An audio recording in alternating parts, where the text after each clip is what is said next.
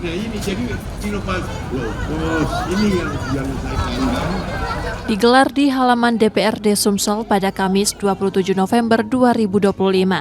Lomba Inovasi dan Kreativitas SMK se-Sumatera Selatan kembali hadir sebagai ajang tahunan yang mendorong lahirnya produk kreatif dari pelajar kejuruan.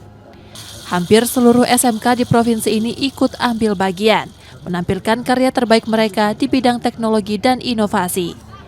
Gelaran ini menjadi panggung bagi ide-ide baru, mulai dari rancangan sederhana hingga produk yang siap dikembangkan. Enggak, jadi kalau anak-anak ini mengkonversi itu habis berapa biayanya kira-kira? Nah, beli motor baru 6 juta.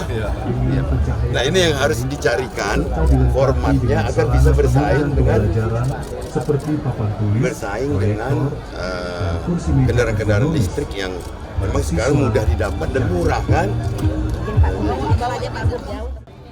Di antara yang mencuri perhatian inovasi motor listrik, karya siswa SMK Negeri 2 Palembang hasil kolaborasi dua pelajar yang merampungkan pengerjaan dalam waktu 4 hari. Meski biaya pembuatannya tinggi, produk tersebut dinilai memiliki nilai lebih. Kalau kita mengkonversi sepeda motor seperti raya umum, memang biayanya agak lebih mahal dibandingkan dengan dia beli baru.